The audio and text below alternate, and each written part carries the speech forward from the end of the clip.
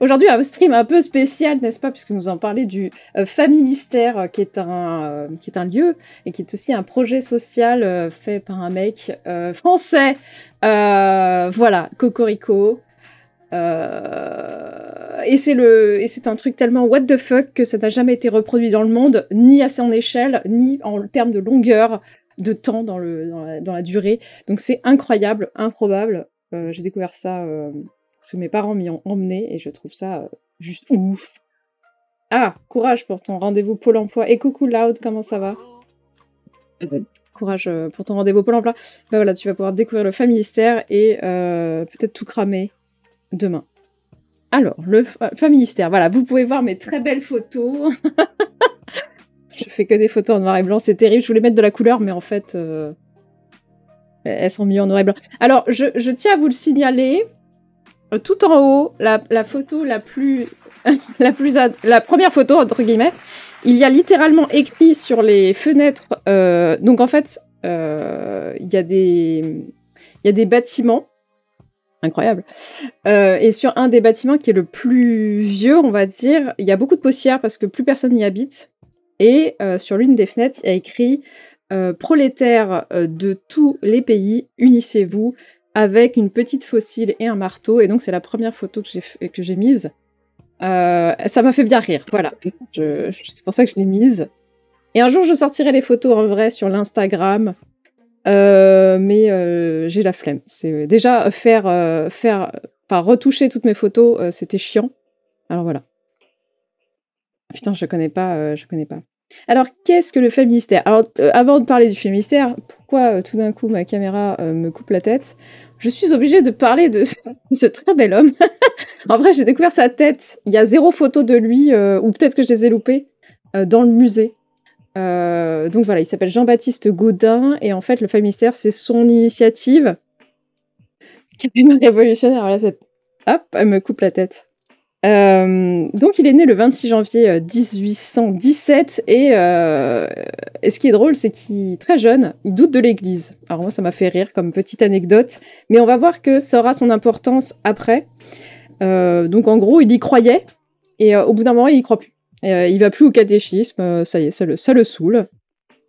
Il devient serrurier, donc c'est un ouvrier, fils d'ouvrier. Il devient serrurier, donc ouvrier-serrurier à 14 ans, sachant que c'était pas du tout son kiff. Alors lui, il voulait continuer ses études, donc le fait de devoir reprendre l'entreprise familiale, ça l'a un peu gavé. Donc il fait ça parce que son papa lui dit il va falloir reprendre la suite, et lui il a dit ah d'accord. À l'époque, je pense qu'on devait pas dire grand chose face à son daron. Donc il devient serrurier à 14 ans. Il parcourt le monde en tant que compagnon. Ah bah comme moi. Ah oui, toi aussi, moi j'ai jamais fait de catéchisme, mais mes parents sont pas croyants, donc ça aide. Et coucou Mixer, comment ça va? En tant que compagnon, donc il fait le tour de la France avec un petit pote. Voilà, donc il découvre à ce moment-là la misère ouvrière. Et coucou Giad, comment ça va? Les compagnons du devoir. Bah je sais pas, ça s'appelle le compagnonnage, c'est-à-dire que alors peut-être que c'est une sorte de... Je sais plus, j'ai appris ce que c'était le compagnonnage, puis j'ai oublié. Mais c'est comme un apprenti, en fait, je pense. Tu vas avec un autre serrurier te balader, et t'apprends sur le tas d'autres façons de faire dans la France. Ah d'accord, bon, bah, parfait. Je me suis pas trop perdue dans mes explications. Mais voilà, donc il devient compagnon et il se casse dans la France. Et là, il découvre la misère ouvrière. Et là, je découvre cette quote qui dit « Si un jour je m'élève au-dessus de la condition d'ouvrier, je chercherai les moyens de relever le travail de son abaissement. » Ça, c'est une belle phrase, n'est-ce pas? Et la chance, parce que c'est de la chance, je pense... Enfin, il faut quand même une petite part de chance. Il va beaucoup travailler, mais il y a une part de chance quand même dans le fait que il va réussir, et il va donc pouvoir faire ce qu'il a dit. Parce qu'en plus de dire des trucs, il les fait. Et c'est ça que j'ai adoré dans ce petit monsieur. J'ai dit que je croyais pas en Dieu et que je faisais ça juste pour faire plaisir à la famille. Yes, la bonne passée. Oui, voilà, c'est ça. Bah, c'est vrai que dans le tarot, la première phase, les premières cartes du tarot s'appellent le compagnonnage. Non, pardon, c'est C'est peut-être pas les premières, c'est peut-être les suivantes, je sais plus. Bref, voilà. Moi, je doute. Ah oui, carrément. Incroyable. La maquette du Familistère à la Cité de l'Architecture. Ah oui, bah très bien. Bah là, on va pouvoir voir ça en 3D. Incroyable. Parler de devenir... Ah, serrurier, d'accord. Et donc il travaille, et en 1840, il dépose son premier brevet pour un poêle en fonte. Et là, c'est, comme je l'ai écrit, le jackpot financier. Il fait vraiment énormément fortune, enfin, il devient riche, on va pas se mentir, il devient riche, il passe de 10 personnes dans son entreprise à une centaine, donc c'est l'opulence, c'est la fête du slip, et il va se passer tout un tas de trucs. Alors là, j'ai fait un petit peu l'impasse sur ce qui va mener au Familistère, mais en fait, entre le moment où il a jackpot et le moment où il déplace ses entreprises à Guise, il y a ce moment où il va se dire « je vais créer le Familistère et je vais faire ce que j'ai dit, c'est-à-dire donner le pouvoir aux ouvriers. » Bah non, c'est pas l'équivalent de Jeff Bezos, puisque Jeff Bezos est un connard, et il ne fait pas de Familistère, lui. Jeff Bezos ne fait pas ruisseler, alors que lui, il fait ruisseler. En termes de tunas, ouais, je pense. Non, peut-être pas quand même. Je pense que c'est plus un... Il avait 2 millions d'anciens francs, je pense. Enfin, il a au moins mis 2 millions d'anciens francs dans, dans le projet. Des poils rectangulaires. Merde, j'ai pas la blague. Ah, bah... 200 euros. La ficinière, exactement. C'est ça. C'est pas une blague. Ah oui, d'accord. Mais je vois... Alors après, je me suis pas attardée sur... Effectivement, tu pouvais avoir tout un tas d'informations sur les types de poils, ce qu'il a mis dans ses catalogues, à partir de quelle année. Enfin, il y avait trop de trucs dans le musée, mais j'ai pas tout suivi, hein, je vous avoue. En 46, il crée la caisse de secours mutuel gérée par un comité d'ouvriers. Donc là, c'est une de ses premières mesures, je pense. Et donc, c'est une caisse de... C'est la Sécu. Bonjour, nous sommes en 1846 et le mec crée au KLM la Sécu. Bonjour, monsieur. Non, mais ce mec est ouf. Vous allez voir, il a 100 ans d'avance sur à peu près tout. C'est juste improbable. Le mec est là, en fait. Créer des caisses privées? Ah ouais? Putain, je savais pas, mais moi j'étais déjà en mode... Oh. Le mec il se dit, bah tiens, on va faire des petites caisses pour que tout le monde... Ah, en guilde, ah oui, d'accord. Ah oui, mais là c'était carrément... Il n'y avait pas de guilde à proprement parler parce que tout le monde était réuni à la même enseigne, en fait. Alors, là je vais vous parler plus de son côté, pourquoi il a fait ça. Ouais, voilà, d'accord. Pourquoi il a fait ça? En gros, c'est un contemporain de Karl Marx. Je pense que vous connaissez Karl Marx, au moins dans ses grandes idées, ou dans sa représentation la plus classique. Mais je ne sais pas s'il lui a parlé, ou s'ils se sont rencontrés, ou s'il connaissait ses idées, en vrai. Mais vu ce que j'en ai discuté avec Opherus, je pense qu'ils n'étaient pas trop potes. Vu que Godin... Donc lui, c'est un... Comment tu m'as dit? J'ai déjà oublié. Réformiste, et Karl Marx c'est un révolutionnaire. Donc ils n'ont pas la même façon de faire, ils ont la même... En fait, ils ont le même but, mais pas la même façon de faire, donc ça ne peut pas aller, quoi. Avec l'ouvriérisation, ça venait pas de nulle part. Ah oui, bah oui. Et c'est un grand fan du fouriérisme, et c'est ça qui va donner l'idée, justement, du Familistère. Donc Charles Fourier, c'est un mec qui a réfléchi, en fait, sur l'alpémbaïum et les implantations. Il a réfléchi, en fait, sur le fait de... Putain, arrête avec vos blagues. Je ne peux pas suivre. Il essayait de réfléchir à comment on pouvait réunir travail et l'argent.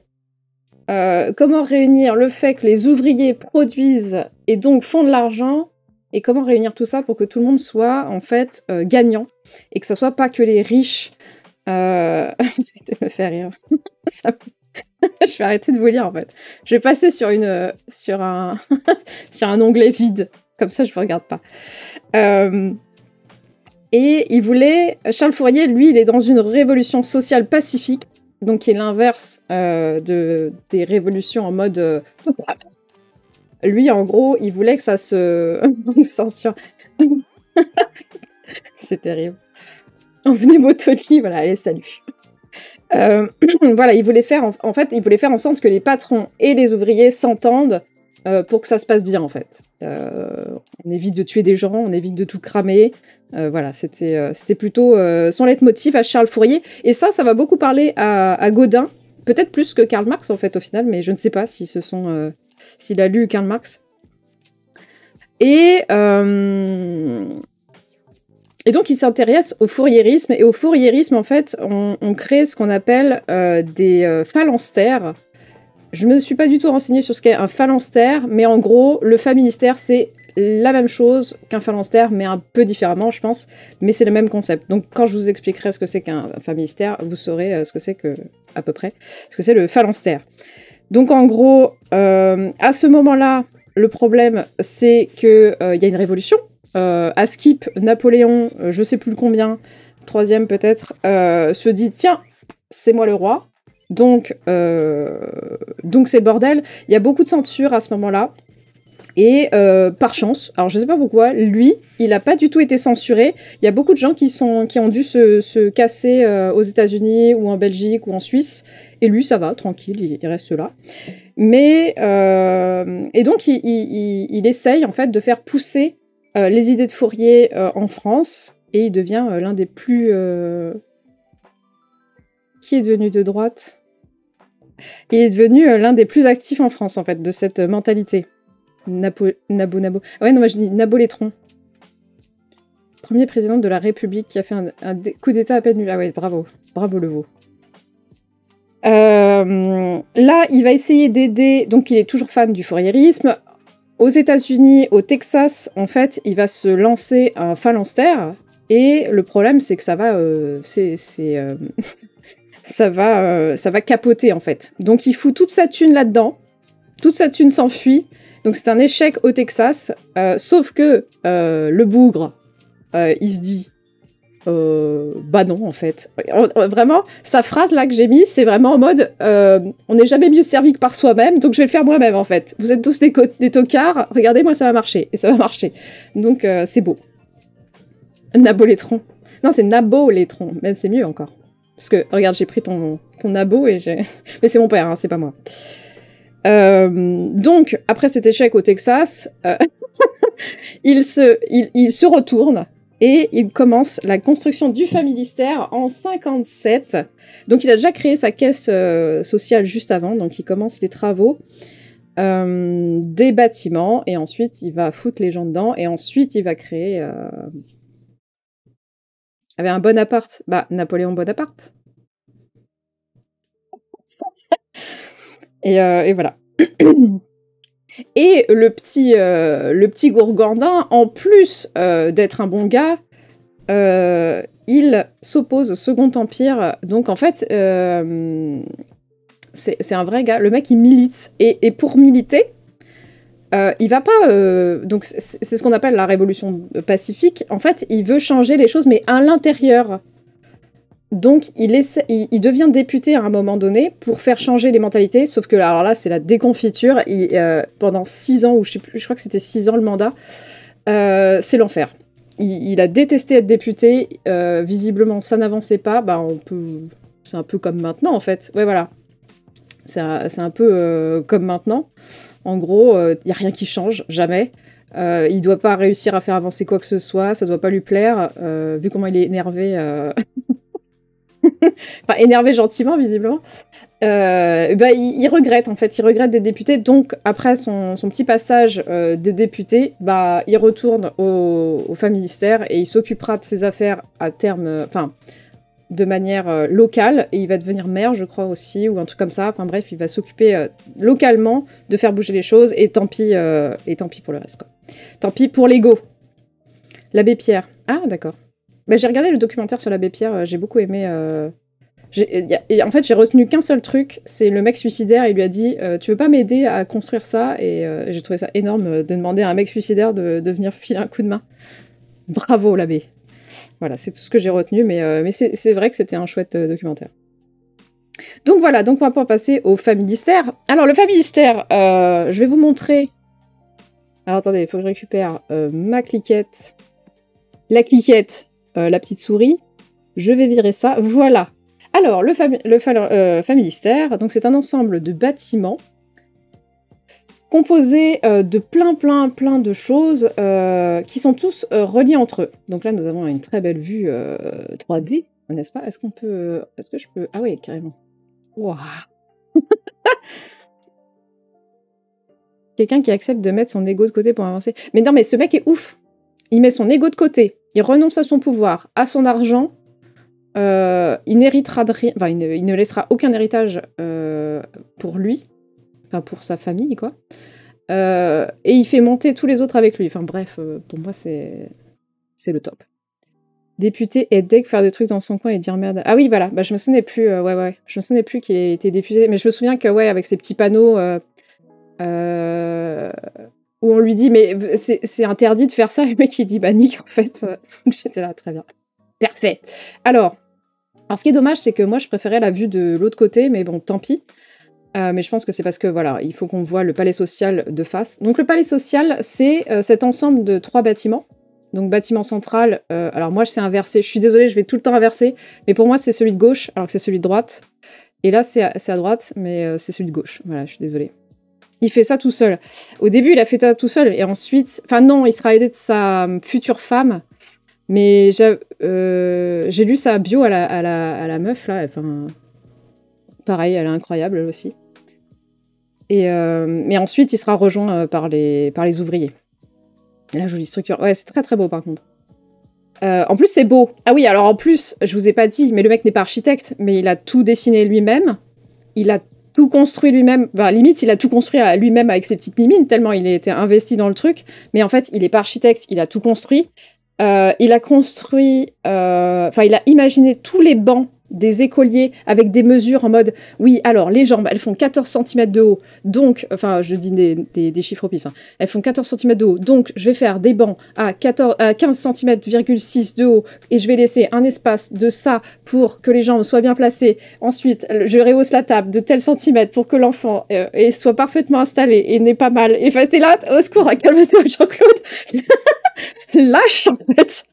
Le mec est juste compétent. Et attendez, je vous ai pas... Non mais attendez, parce que l'architecture c'est une chose, mais en plus, le mec... Oui, il est névrosé, je pense. Le mec a pensé aux ouvertures pour l'hygiène.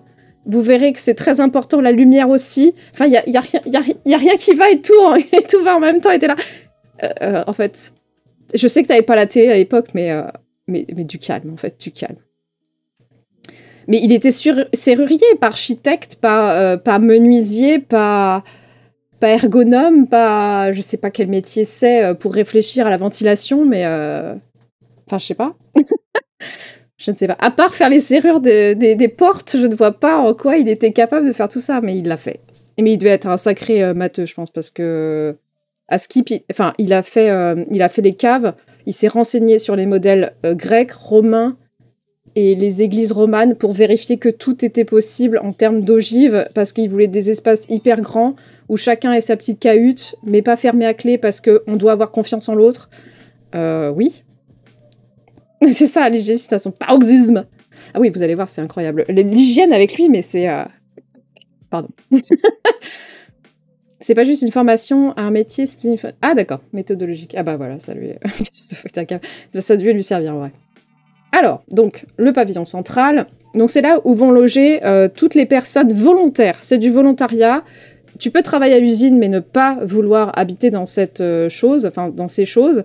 C'est du volontariat. Tu es encouragé à y vivre parce que le loyer est de 2 francs, je crois. Donc, ce qui est, je pense, très faible. Tu as 20 mètres carrés par pièce. Il y a 2 pièces. Tu peux obtenir un 4 pièces si ta famille est assez grande. Donc, ça veut dire que les habitations sont plus grandes que chez moi, en fait. Voilà. Pour 2 francs. Bon, de francs de l'époque, je l'avoue, mais bon. L'argent du loyer, bah je pense en vrai, je sais, bah peut-être pour la rénovation, les trucs comme ça, ouais, je pense. Le Covid aurait duré 2 jours, non mais il n'y aurait pas eu de Covid tout court en fait. Après, vous verrez, il n'y a pas que des avantages, hein. On va pas se mentir, il faudra parler des défauts aussi, mais c'est incroyable. Donc voilà, je vous parlerai plus en détail ensuite de chaque bâtiment avec quels sont les avantages et les inconvénients. À l'intérieur, tu vas voir, c'est ouf. Non, c'est vachement... franchement, quand tu visites le musée, t'es là... c'est combien, en fait, maintenant, pour y vivre? Parce qu'on peut y vivre. Les logements sont récupérés par la ville. En fait, ce bâtiment-là est devenu le musée. C'est le musée. Ici, il y aura, si j'ai bien tout compris, une espèce d'hôtel avec des espaces pour les étudiants. Et ici, ça sera des logements sociaux. Non, il n'a pas de droit de cuissage. Je pense qu'il était... Enfin, je le vois très mal copuler, en vrai. Ah oui, vous allez voir, par contre, il va faire un move un peu spécial, mais je pense qu'ils n'ont jamais couché ensemble. Enfin, c'est bizarre, en vrai. Mais bref. C'était d'autres mœurs. Et là, il y a encore des gens qui habitent, en fait. Là, il y a 2-3 gugus. Enfin, c'est des vieux, hein. On les a vus à leur fenêtre, c'était très drôle. Et là, il reste 5 ou 6 personnes aussi, mais lui, il est vraiment délabré, un peu dégueulasse, avec des très jolis tags de croix nazie. Voilà. C'est bien insonorisé? Non, pas du tout. Mais nous verrons ensuite pourquoi. Parce qu'il aurait pu, parce que vu le mec qui fait tout, il aurait pu se dire bah je vais créer des angles morts pour capter les sons et éviter que la cour ça soit le bordel. Non, ça ne l'est pas. Et en fait, les gens qui étudient tout ça pensent que c'est fait pour. T'as 15 cm de mon pénis en direction de degrés. Le mec est un petit peu chaud. Donc voilà. Ensuite, il y a la cour intérieure, la cour extérieure. Donc vous avez vu, il y a des cours en fait dans chaque bâtiment. Il y a des cours intérieures. C'est très important qu'il y ait des cours. Ici, il y a une cour extérieure très importante aussi, car le vide est social. Je vous laisse méditer là-dessus. Là, il y a la statue de Gaudin, mais elle a été faite après qu'il soit mort, car on pense... Enfin, certainement, je pense qu'il aurait détesté ça, mais tant pis. Tant pis pour lui, j'ai envie de dire. Ici, vous avez les économas. Donc, les économas, c'est l'ensemble de la galerie marchande. Car ce bon monsieur s'est dit, tiens, au lieu de se crapahuter en ville... pour aller chercher de la bouffe trop chère, on va tout réunir. Donc ici, il y a tout ce que vous auriez eu besoin à l'époque, c'est-à-dire fringues, literie, enfin tout ce qui est textile, bouffe, probablement d'autres choses, genre des ustensiles, des machins, des trucs. Il y avait tout là. Petite pizza moche, exactement. Voilà. Ici, bien après, le théâtre viendra. Donc il y a donc un théâtre, n'est-ce pas ? Et ici, les écoles. Les écoles, pourquoi elles sont séparées? Je ne sais plus, j'ai pas écouté. En fait, c'était horrible parce qu'à chaque fois que la dame expliquait quelque chose, j'étais en mode oh, je pourrais mettre ça dans mon livre, et ça, je pourrais le mettre dans mon livre. Et j'étais en mode... Parce qu'il y avait... monsieur m'a beaucoup inspiré. Et donc, elles sont séparées, mais je pense que c'est petite école, grande école. Mais non, il ne faisait pas fille-garçon, justement. Tout est mixte et obligatoire. Je pense qu'à l'époque, l'école obligatoire, ça devait pas être trop le cas. Et ben chez eux, c'est obligatoire et les écoles sont mixtes. Qui a posé problème, puisque les mœurs à l'époque, c'était horrible. Donc, ils étaient en mode « Oh là là, c'est pas très bien, vous avez réuni les enfants ensemble, ils vont copuler dès l'âge de 5 ans. » Calme-toi, Jean-Claudette. Non. Voilà. Ouais, c'est hyper tard. Et donc voilà, c'était mixte, mais je pense que c'était plutôt grande section, petite section. Et derrière, vous avez la nourricerie Poupona qui a disparu puisque en fait, tout le lieu a été bombardé pendant la Première et Deuxième Guerre mondiale. La deuxième a été beaucoup plus violente, je crois, et donc la nourricerie Poupona a disparu, mais il y avait donc un endroit pour garder tes gamins. Car, accrochez-vous à vos slips, les femmes travaillaient, à l'usine aussi, elles gagnaient leur propre salaire indépendamment de leur mec. Je dab. Voilà. Donc elles pouvaient lâcher les marmots à la nourricerie Poupona et ensuite aller travailler comme leur gars. Bravo. Ah, obligatoire que pour les garçons? Eh ben voilà, c'est la fête. Au même niveau de revenus, bien sûr. Que les mecs. Non mais, quand je vous dis que c'est un mindfuck, il y a rien qui va et tout qui va en même temps, t'es là, ah! Oui, je vous rappelle qu'on est en 1800, entre 1850 et 1880. Hein. Donc en 1833, obligatoire pour les garçons, mais pas les filles. Là, on est quand même sur classe mixte obligatoire pour tout le monde. Les gens à l'époque étaient 8, ouais, mais pas dans le bon sens. Ils étaient plutôt... Enfin, eux, ceux qui bénéficiaient de tout ça, je pense qu'ils étaient en mode... D'accord. Mais ils ont mis un temps avant de dire d'accord. Et les autres, ils sont en mode... caca. Pour les filles, il y a droit à l'école secondaire. Oh. Et ben voilà, il était un chouille en avance. Mais on verra qu'il est il est un siècle en avance pour autre chose encore. Ici, vous avez la buanderie piscine. Chauffée. La piscine est chauffée. Déjà, tu te dis, petite piscine pour les ouvriers, t'es là en mode, pas mal. Et elle est chauffée, ma gueule. Tu peux aller apprendre à nager n'importe quand dans l'année pour pas te mourir dans la... Parce que normalement, les gens apprenaient à nager là-dedans, là, dans la petite rivière, et ils se noyaient. Et le mec, il s'est dit, non, je veux pas perdre mes ouvriers, c'est mort, tout le monde a le droit à la vie, donc je vais créer une piscine, comme ça tout le monde nagera correctement. En plus, ah oui, alors, tenez-vous à vos slips à nouveau, la piscine a un fond qui monte et qui descend pour qu'on ait pied. J'ai trouvé ça incroyable. Voilà, c'est peut-être pas révolutionnaire, mais moi j'étais en mode « Ah, il a pensé à tout !» Donc là-dedans, la piscine, qui est toute petite, mais je pense que ça suffisait.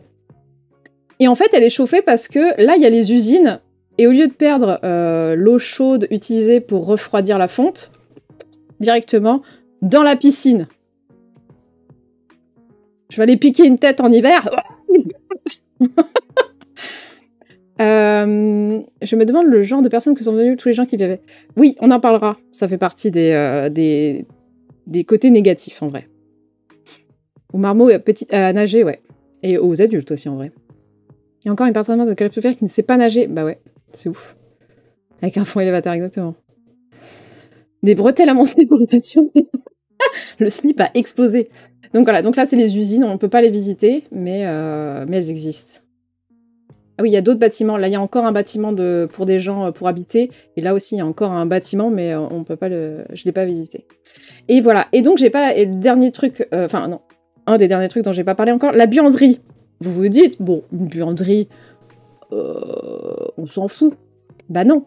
En fait, à l'époque, laver ton linge, ça voulait dire le laisser moisir dans tes appartements, c'est-à-dire avoir une qualité de l'air un peu médiocre, tomber malade plus facilement, avoir de l'humidité chez toi, donc encore des risques de tomber malade.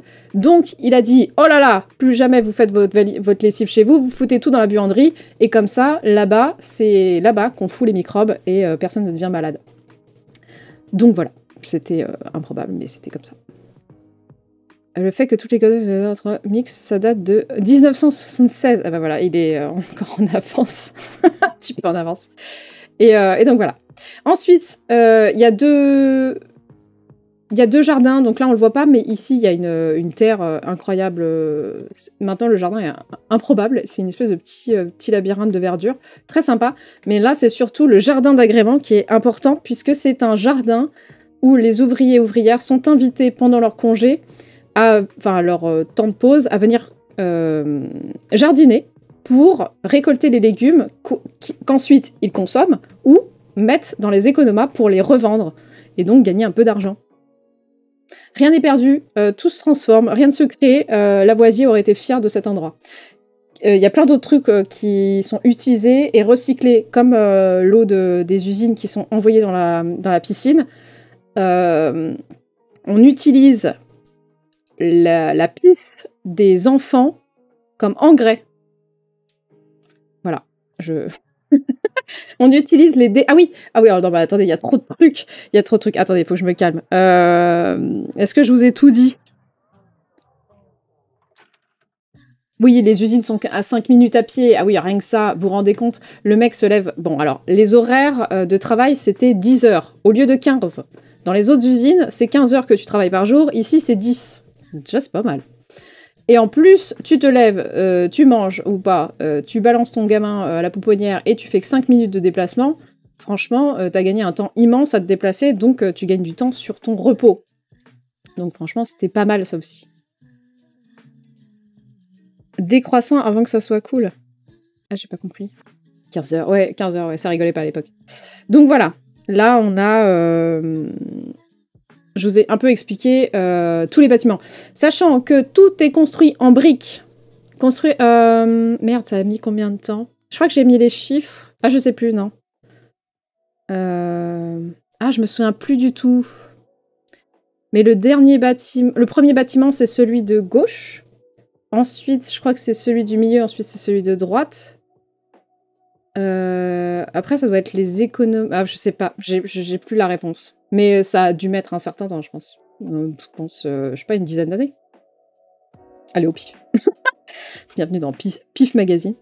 Donc, tout est construit en briques. Pourquoi la brique? Car symboliquement, c'est le matériau des ouvriers. Et en fait, ils voulaient que les gens se sentent chez eux. En plus, on est un petit peu dans le nord, donc les briques, c'est très courant d'en avoir.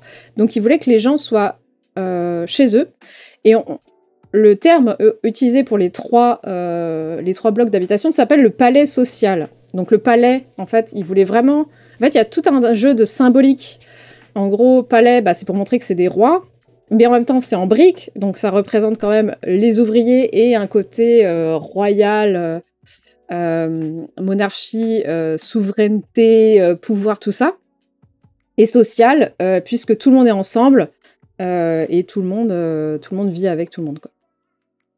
Donc je trouve ça intéressant, tout ce jeu de symbolisme qu'il utilise. Alors, est-ce que j'en parle après? Voilà, on va parler du palais social. Donc, voilà, vous pouvez voir l'intérieur. Très joli. En vrai, c'est plutôt sympa. Donc, c'est une grande cour avec tout autour des habitations. Chaque palier possède un accès à l'eau potable et un accès à une fontaine pour se laver rapidement. Donc après, tu vas à la piscine si tu vas te laver plus. Mais tu as accès à l'eau potable et à une source d'eau. Je crois qu'il y a des toilettes. Oui, voilà, c'est ça, il y a des toilettes sur les paliers. Ce qui est une révolution. Même les bourgeois de l'époque n'avaient pas forcément ça chez eux. Donc c'est une révolution.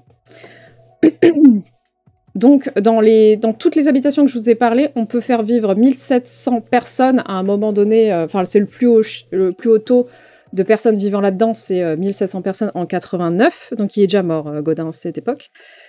Donc je vous l'ai dit, 20 mètres carrés x 2 par habitation, que l'on peut regrouper en 4 pièces. Parce qu'en fait, les habitations, on y rentre par une porte, donc vous voyez, il y a les portes, chaque truc que vous voyez... Non, vous voyez aussi des fenêtres. Ah. Je ne saurais pas comment vous décrire ça. Mais en gros, il y a une porte, on entre dans une espèce de petit vestibule avec 2 portes de chaque côté. Donc là, en fait, c'est comme s'il y avait 2 appartements. Mais on peut casser certaines parois à l'intérieur et ça donne un énorme appart de 80 mètres carrés avec 4 pièces où tout le monde peut vivre à l'intérieur. Et il y a beaucoup de rangements aussi.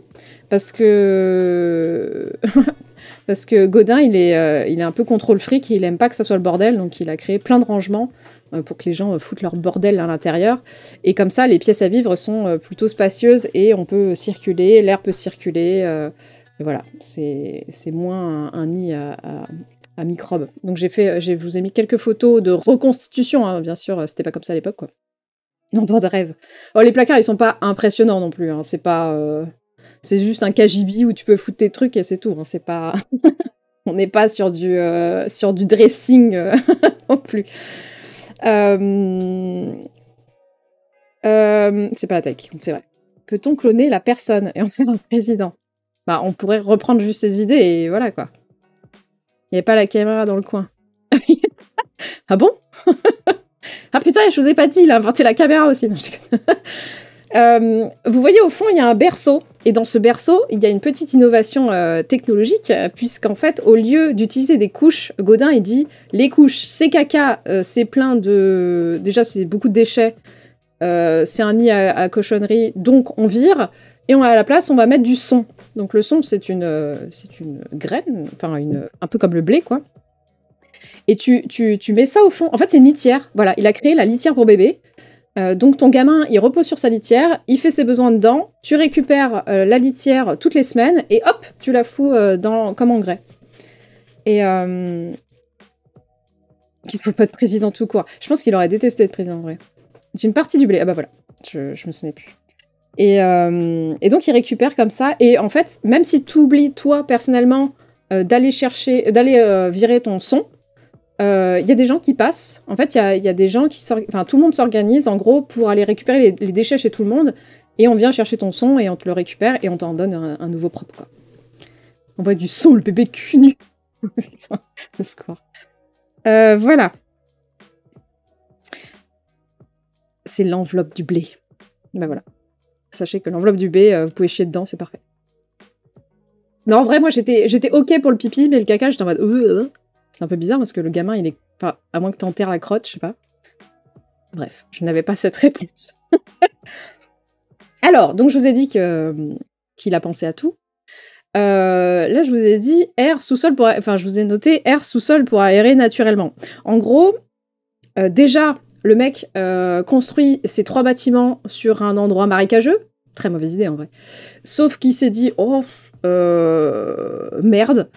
Donc, au lieu de construire des fondations, il a construit les caves au niveau 0 et il a tout remblayé au-dessus. Donc, en gros, c'est les caves qui prennent l'eau. Et c'est arrivé, là, d'ailleurs. J'ai eu de la chance, j'ai pu visiter les caves, mais elles venaient juste d'être inondées. Et effectivement, la marque de l'eau, c'était à peu près ma taille. Donc, c'est beaucoup. Et c'est déjà un problème à l'époque. Mais en gros, donc il a posé les fondations. Il a posé les fondations avec les caves et il a tout remblayé autour. Donc en fait, il a mis de la terre pour faire le rez-de-chaussée, en fait. Le 0 est devenu le -1. Mais voilà. Le blé envoie du courrier? Quoi? Putain, au secours. Ah oui, l'enveloppe du blé. Oui, d'accord. Oh putain, au secours, on est perdu. Donc, il y a les caves. Alors, les caves, c'est pas que pour entreposer ses affaires. D'ailleurs, à l'époque de Gaudin, il n'y avait pas de porte, car il voulait apprendre à tout le monde à vivre ensemble, donc tu devais faire confiance à tes voisins et pas aller voler chez ton voisin. Donc, en gros, il n'y a pas de porte, tout le monde se fait confiance, et voilà, et tout le monde entrepose son fatras ici. Mais ce qu'il a pensé à faire, c'est-à-dire, c'est des ouïes. En gros, il a fait des trous qu'on voit là. En fait, les petits carrés noirs, les petits ronds noirs qu'on voit sur le sol, c'est des aérations pour que l'air, en fait, passe. Et au-dessus de la verrière, il y a un mini-jour qui permet à l'air de circuler. Donc, en gros, ça fait en permanence dans le bâtiment. Donc, il y a toujours une aération, ce qui est bien en hiver, parce que ça aère. Et en été, ça refroidit, parce que l'air qui passe par les caves est plus fraîche, donc elle refroidit le bâtiment. Voilà. C'est un fait. Et aussi, chaque bâtiment est transversal. Oui, transversal. Il y a une fenêtre qu'on peut voir. Là, il y a des fenêtres, en fait, qu'on peut voir dans les coursives. Et de l'autre côté, il y a une fenêtre. Donc, en vrai, si tu ouvres tes 2 fenêtres, hop, t'as un méga courant d'air qui passe. Et tu peux aussi assainir ton habitation comme ça. Donc, en fait, ça fait partie... Il y avait 5 préceptes auquel il avait pensé pour son palais social, mais je me souviens plus du dernier. Mais en gros, l'air est le premier. Ouais, l'hygiène, c'est ouf. Non, mais tu vas voir, c'est incroyable. Le son, les Anglais sont servis de pansement par l'amiral Nelson à Trafalgar. Spoiler, il était dead. Voilà. Ah oui, il y a l'eau, l'air, la lumière. Ça est mieux préparé au Covid, ouais. La lumière est très importante aussi pour Gaudin. Parce que ça évite la dépression, je pense. Mais je pense qu'à l'époque, il ne le savait pas des masses, mais bon, c'est important.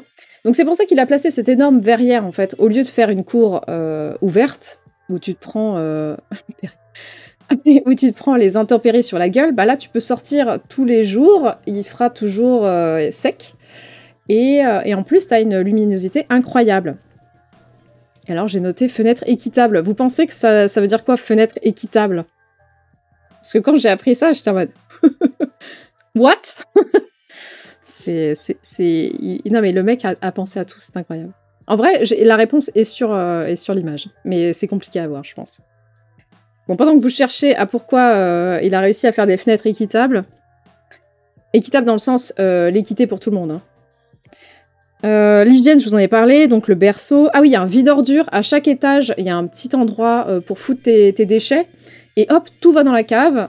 Et tous les jours, quelqu'un vient ramasser pour aller le mettre en engrais aussi, puisqu'à l'époque, il n'y avait pas beaucoup de plastique. Et je pense qu'ils jetaient pas leur pot en verre par la fenêtre. Donc voilà, quoi. Toi, fenêtre, comme ça, tout le monde a la lumière. Ça, je l'ai déjà dit. En fait, c'est plutôt des fenêtres par appartement. Et comment on peut avoir une luminosité équitable par appartement.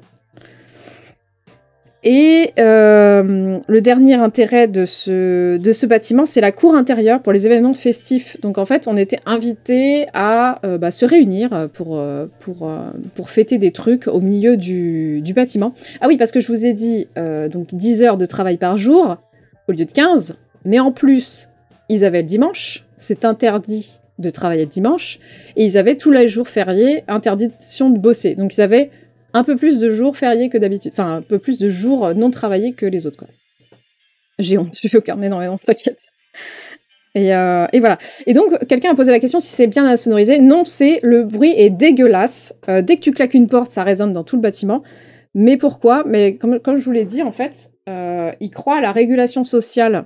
Comme tu ne vas pas voler dans la cave de ton voisin, eh bien, tu évites de faire du bruit, tu évites de claquer les murs, tu évites de hurler, tu dis à tes gosses de fermer leur bouche s'ils hurlent.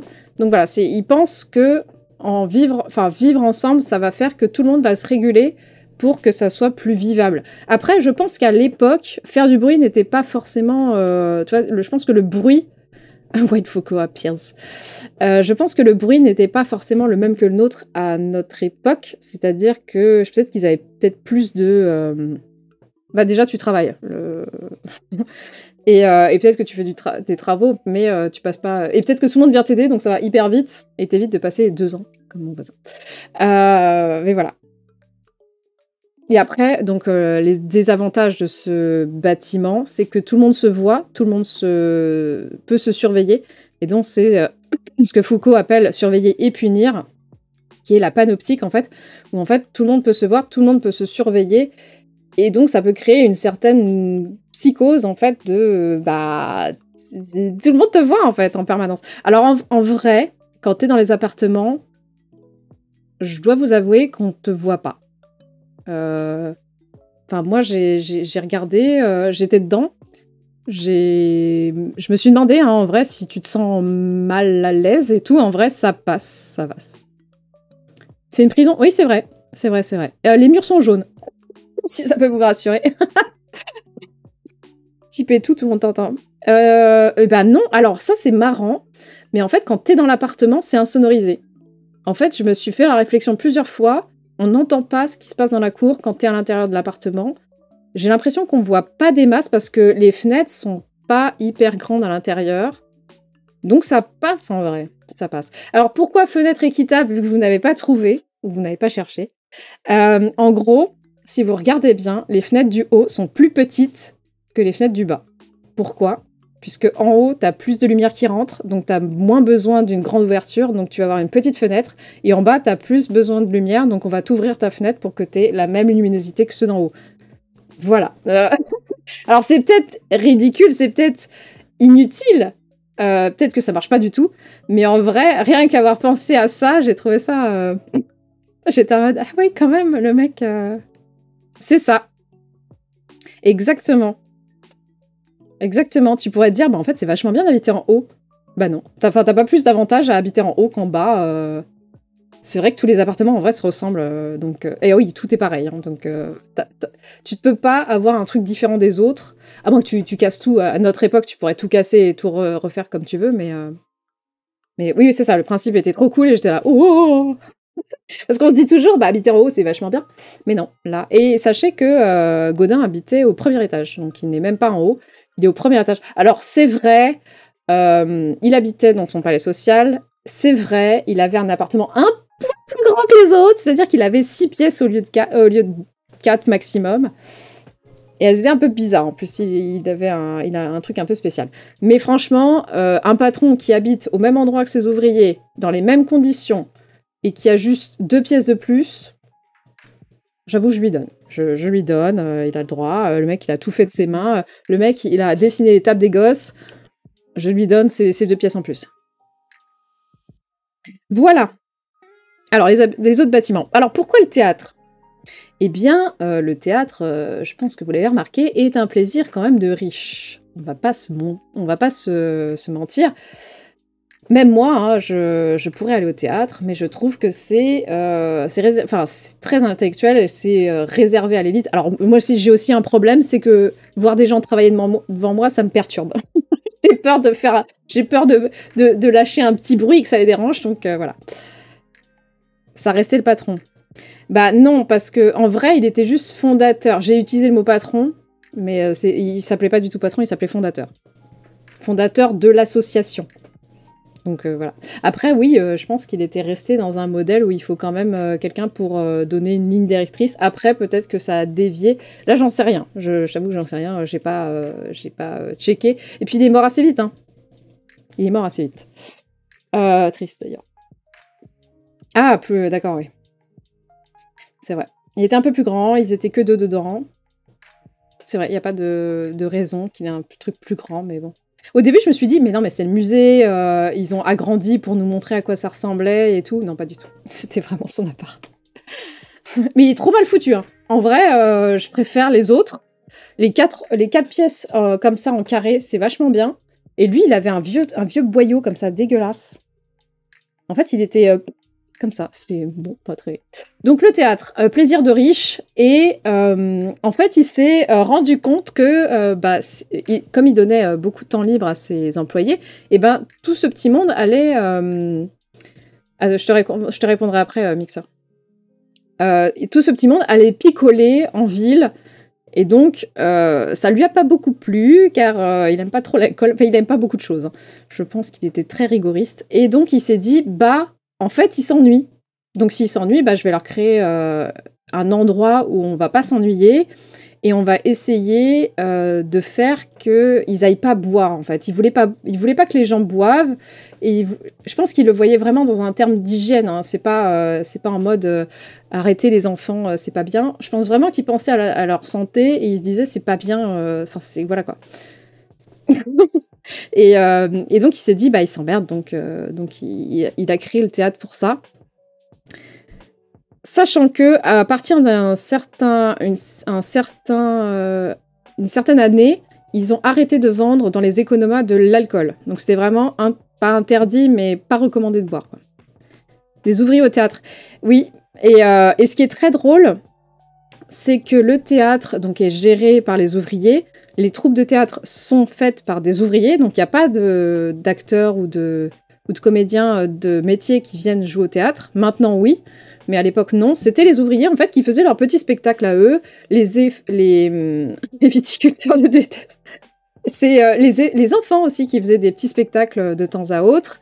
Il y avait des clubs de tir à l'arc, des clubs de tir, des clubs d'escrime qui venaient faire des représentations pour le 1er mai.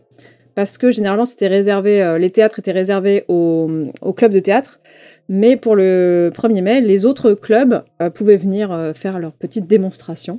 Donc le 1er mai, c'était vraiment une fête très club de bagarre. J'avoue, je sais plus s'il y avait la bagarre, mais peut-être.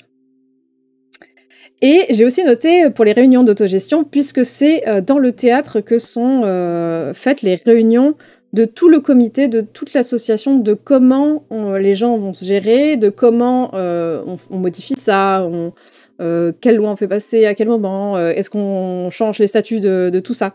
Toutes les commissions se réunissent dans le théâtre pour leur réunion mensuelle.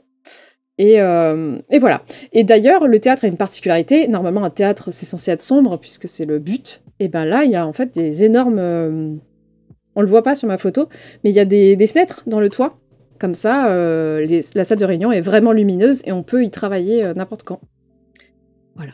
C'était... moi aussi, je me suis... D'ailleurs, c'est trop marrant parce que quand, évidemment, la visite est bien faite, et tu peux remarquer les fenêtres avant qu'elle t'en parle, et t'es là en mode, pourquoi il y a des fenêtres au plafond? Ça n'a pas de sens, un théâtre, pourquoi t'as des fenêtres? Et en fait, c'est pour les réunions que ça se passe bien. Voilà. Donc, je vous ai déjà parlé des écoles, mixtes obligatoires, la pouponnière pour garder les enfants en bas âge, l'économa pour acheter des légumes moins chers, les jardins pour cultiver et revendre le surplus, et pour s'aérer aussi, et la buanderie piscine, laver le linge hors des habitations, apprendre à nager sans risque. Et on voit rien. Voilà, la religion, c'est ok, mais chez soi, il n'y a pas d'église. Il n'y a pas d'église, pas de mausolée, pas de chapelle, rien qui rappelle la religion dans le familistère. Comme je vous l'ai dit, Godin, il est ok, mais faites ça chez vous, quoi. Donc ça m'a fait beaucoup... En vrai, c'est assez étonnant, parce que tu te dis, c'est vrai, il n'y a pas de chapelle. C'est bizarre, en fait. Et en fait, non, c'est logique. La laïcité avant la loi. Avant la loi? Ah oui, putain, à l'époque, c'était pas laïque, c'est ça? Putain, j'avais pas pensé à ça.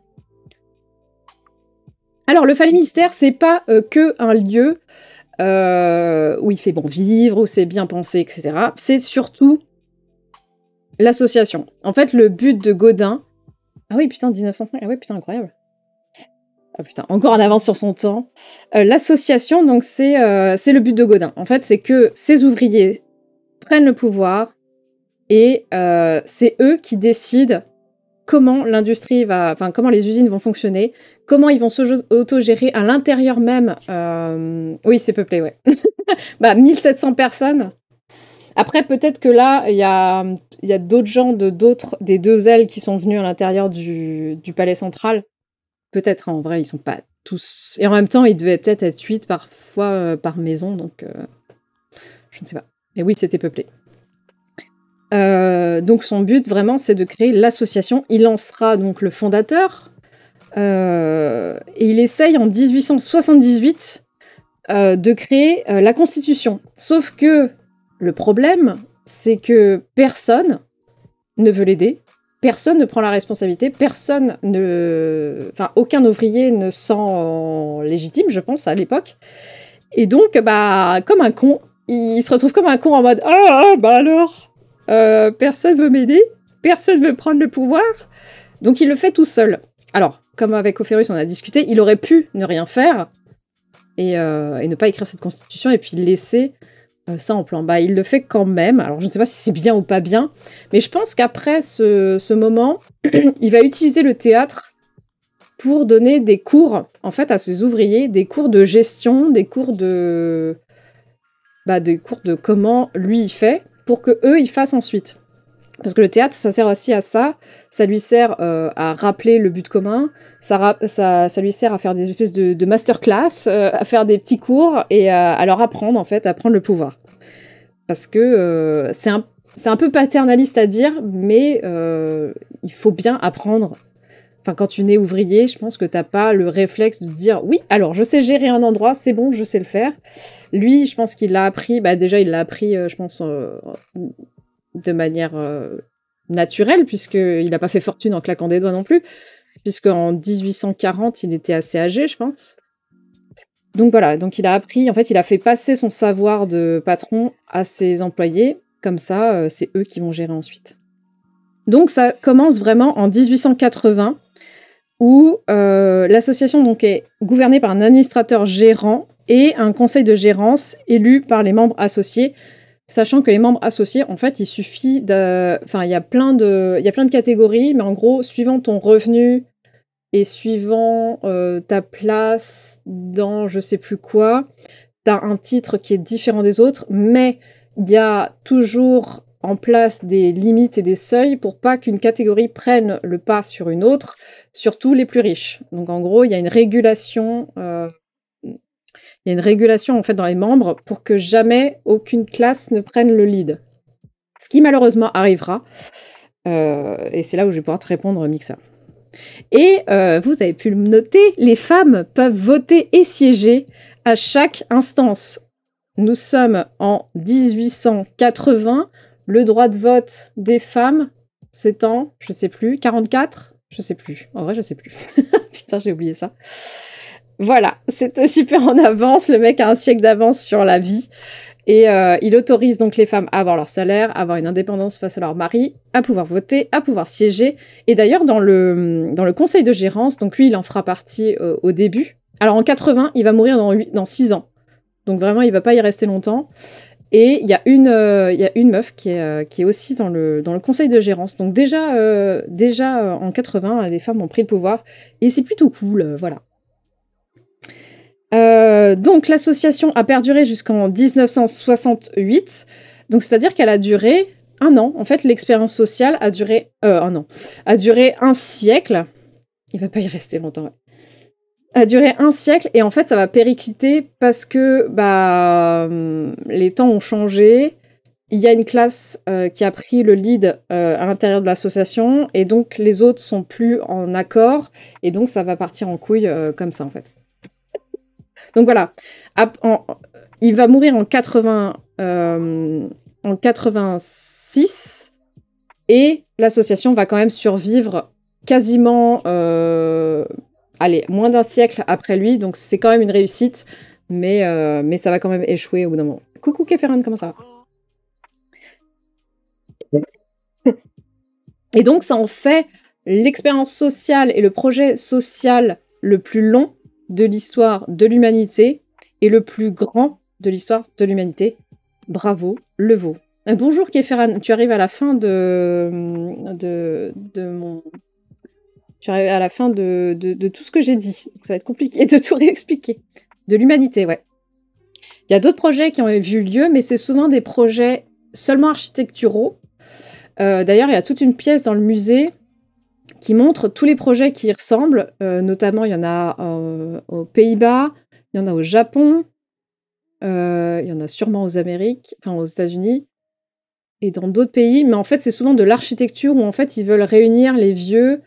Soit ça peut être des endroits pour les vieux, pour qu'ils s'autogèrent et qu'ils aient un semblant qu'ils continuent en fait à se sentir dans la société, mais à l'écart dans le sens où c'est plus réservé à comment ils fonctionnent maintenant. Il y a des endroits pour les salarymen, pareil, c'est adapté, où tu peux faire venir ta famille, t'as des maisons qui peuvent, enfin des apparts qui peuvent s'agrandir en fonction de combien t'es, enfin bref, c'est d'autres projets, mais jamais ça a été fait sous cette forme, quoi. Ça n'a jamais été reproduit, ni ça a fonctionné. Je sais pas s'il y en a eu d'autres des phalanstères comme ça en France ou ailleurs qui auraient essayé et qui auraient quand même raté, celui du Texas par exemple, mais qui aurait, essayé, 50 ans, 80 ans, je ne sais pas. Ça, je ne sais pas. Voilà. J'ai fini? Attendez. J'arrive plus à avoir... Ah oui, non, j'ai fini. Ah, j'ai fini. Voilà, c'est fini. J'ai plus de voix. Bivoilou. C'était donc le Familistère. Moi, j'ai trouvé ça incroyable. Autant pour le... Merci beaucoup. Ben, c'est pas moi, c'est... Je ne fais que restituer ce que j'ai appris pendant le musée. Ah oui, je vous ai pas parlé de sa deuxième meuf. Donc en fait, Gaudin, il a été marié une première fois. J'ai pas eu d'infos sur elle. Mais la deuxième femme, en fait, c'est sa petite cousine. Alors déjà, désolée, ça va être what the fuck. Je suis désolée, mais ça se trouve, ils ont pas copulé. J'en sais rien. Et en fait, elle est devenue secrétaire de Gaudin. Et elle va... Mais c'est limite sa mission de vie de prendre le secrétariat de l'association et de faire que tout aille bien.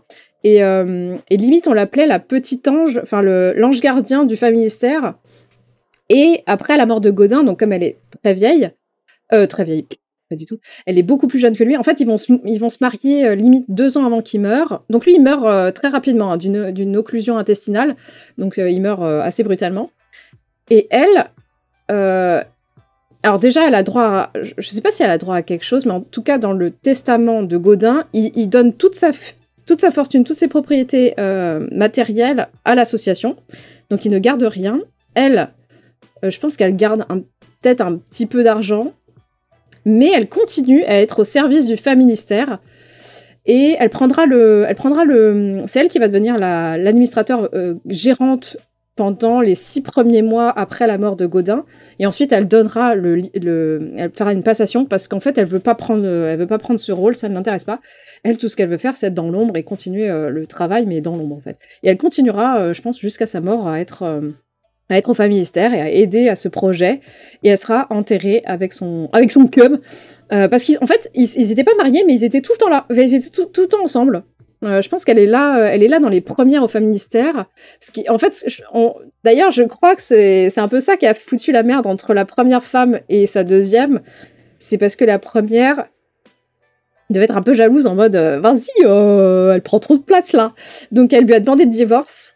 Elle a demandé le divorce à Gaudin. Elle a récupéré un peu de thunes, elle s'est cassée la première. Et la deuxième, en fait, elle est restée. Voilà, c'était marrant.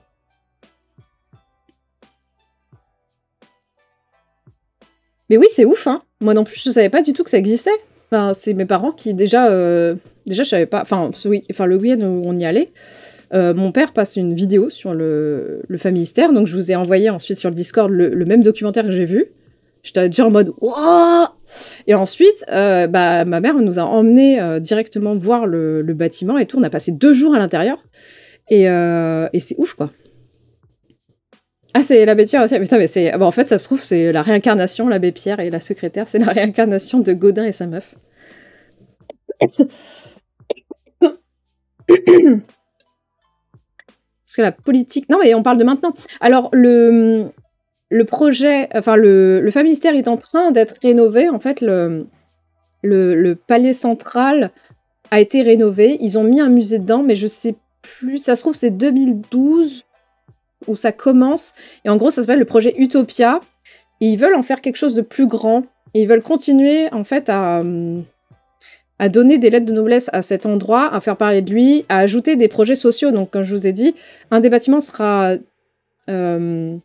dédié aux logements sociaux, et un autre à quelque chose avec entre un mix en un hôtel et des logements pour les étudiants, si j'ai bien tout compris. Mais je pense qu'elle est tombée dans l'oubli, en fait, de manière générale. Et ce qui a fait beaucoup de mal, en fait, au Familystère, c'est la Deuxième Guerre mondiale, qui a réduit, qui a cassé beaucoup de bâtiments. Le théâtre a été touché. L'aile droite, donc le clocher, en fait... Attendez, je vais vous remontrer un truc. Elle est où, ma souris? Elle est là. Voilà. En gros, là, vous pouvez remarquer qu'il y a un dôme, en fait. C'est pas normal. Là, normalement, les 2 bâtiments sont identiques. Sauf que à la Deuxième Guerre mondiale, ce bâtiment se fait réduire, se fait fracasser la gueule. Et après, les gens qui étudient le site, hein, parce que les gens continuent à étudier le site, ils pensent que les gens ont pris du grade en termes de bourgeoisie, et donc ont décidé de faire aménager... Donc là...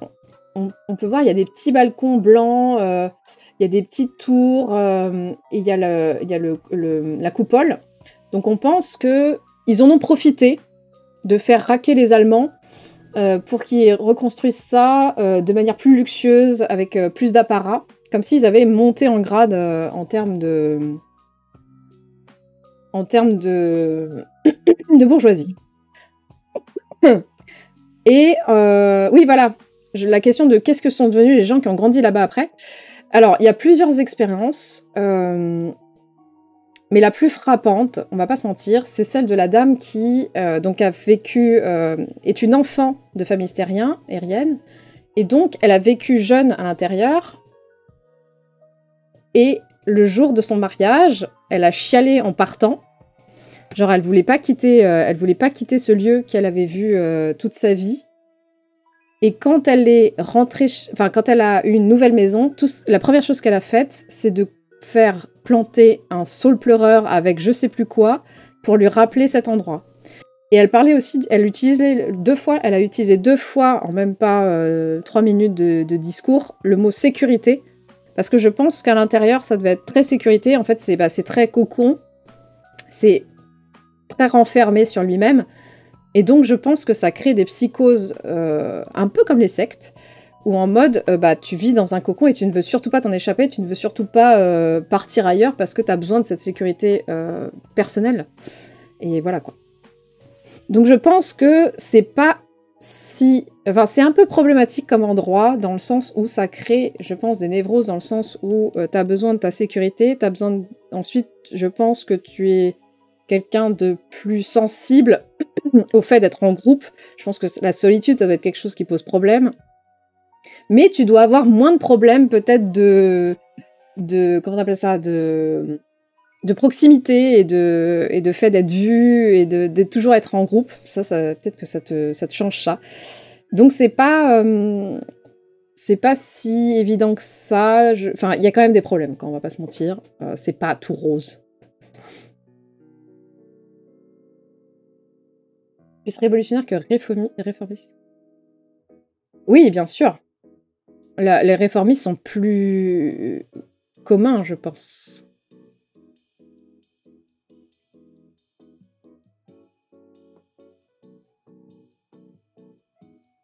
Du genre. Révolutionnaire pour des gens de gauche.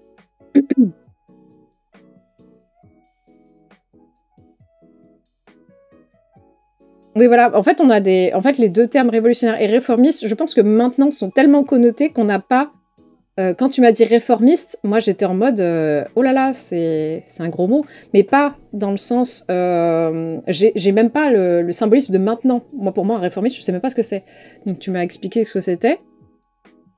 Et j'avoue que je suis plus réformiste que révolutionnaire, hein, on va pas se mentir. Moi, j'aime bien. Je suis un peu comme Godin, donc j'aime bien être une sorte de virus qui modifie les choses de l'intérieur, parce que je suis incapable de tout cramer, en fait. Je ne suis pas... je suis une victime. Voilà. Contexte asocial dans un contexte... Attends. C'est un contexte générique où tu pourrais vouloir quitter. Crée pas un contexte asocial? Asocial? Bah non, t'es tout le temps avec les autres. T'es tout le temps avec les autres. Asocial, c'est qu'il ne peut pas être avec les autres. Hein. Donc peut-être que tu veux dire ostracisé. C'est ça. C'est ça. En fait, c'est ça. Ils sont sociaux à l'intérieur d'eux-mêmes, mais peut-être qu'ils n'ont pas forcément les codes de l'extérieur. Après, je sais pas à quel point ils étaient enfermés et ne bougeaient pas de leur truc. Ça, j'ai pas l'info. Bonjour maman.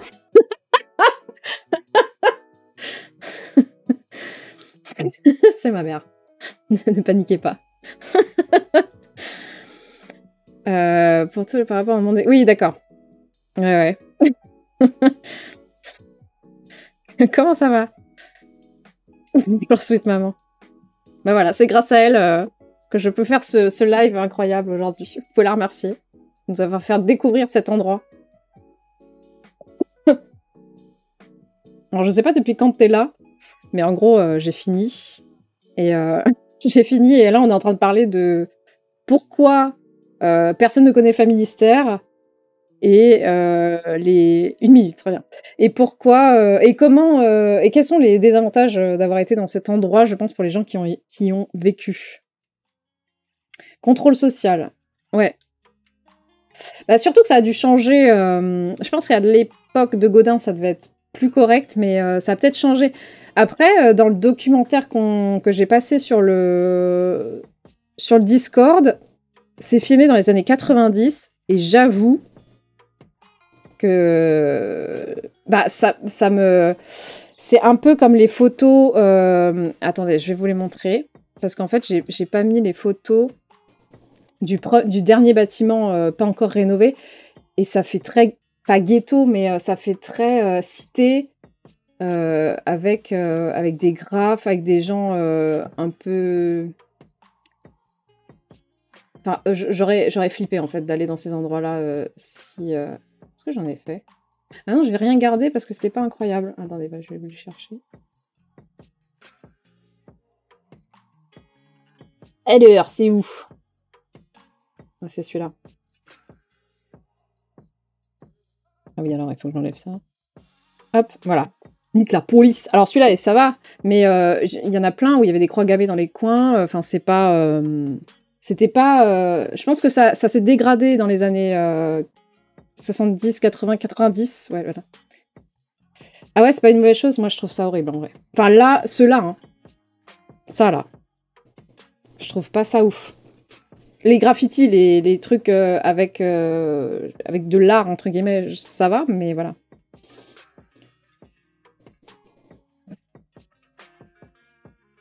Mais quand tu vois... Attendez. Je sais pas si j'en ai avec les croix gammées.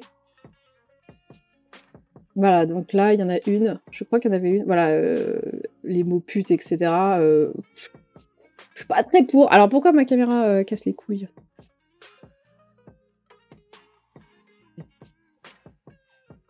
La mise au point, là. Finir. Bah là, je pense que... Ouais, je sais pas.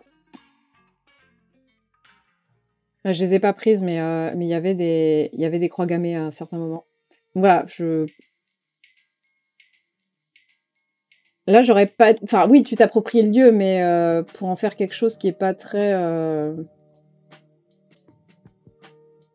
Enfin, pour moi, qui te renferme encore plus sur toi, quoi. L'évolution de la culture politique. Non, c'est pas la faute du lieu, j'ai pas dit ça.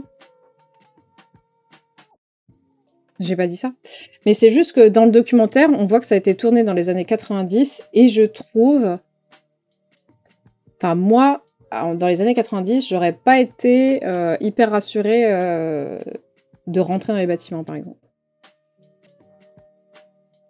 Mais je me demande si c'est parce que, justement, il n'y a pas eu à nouveau une replongée, en fait,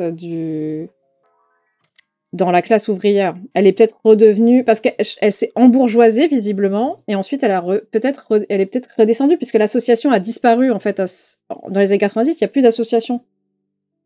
Et en plus, Godin ne fonctionne plus. Enfin, la marque Godin, je crois qu'elle a été rachetée par je sais plus qui. Enfin, là, actuellement, les usines, elles emploient 300 personnes et c'est tout, quoi. C'est sur le glissement politique des prolos dans ce bouquin. Ah, mais là, tu rentres dans des trucs beaucoup trop compliqués. J'avoue que je ne sais même pas ce que ça veut dire, glissement politique. Oui, tu peux graffer pour provoquer, oui, oui. Mais après, moi, ce qui me dérange, c'est que c'est leur habitation. Et personne va venir les voir là-dedans, donc... En fait, c'est comme si t'écrivais sur tes propres murs, quoi. Ça peut être bien pour toi, mais bon. Donc voilà, mais bon. Après, je fais ma... Comment t'appelles ça? Je fais ma boumeuse. Oh, les jeunes qui taguent partout, des insultes. Voilà.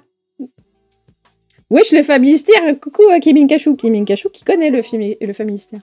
Qui l'a vu. J'habite ici. Ouais, c'est un peu ça, ouais. J'ai des valeurs bourgeoises, exactement. Mais je suis bourgeoise. C'est vrai. C'est ouvert à... Mais oui. J'ai pas compris. Ah oui, alors... Le problème, c'est que quand vous... Enfin, il faut que j'explique à ma maman. En gros, je dis tellement de trucs que je vais oublier ce que je viens de dire. Et en fait, il faut me rappeler le contexte. Mais je suis bourgeoise, hein, faut pas... Non, mais t'inquiète pas, je suis bourgeoise. Et il faut me rappeler le contexte dans lequel vous allez faire un propos, sinon, des fois, j'oublie de quoi que j'ai dit. Donc voilà.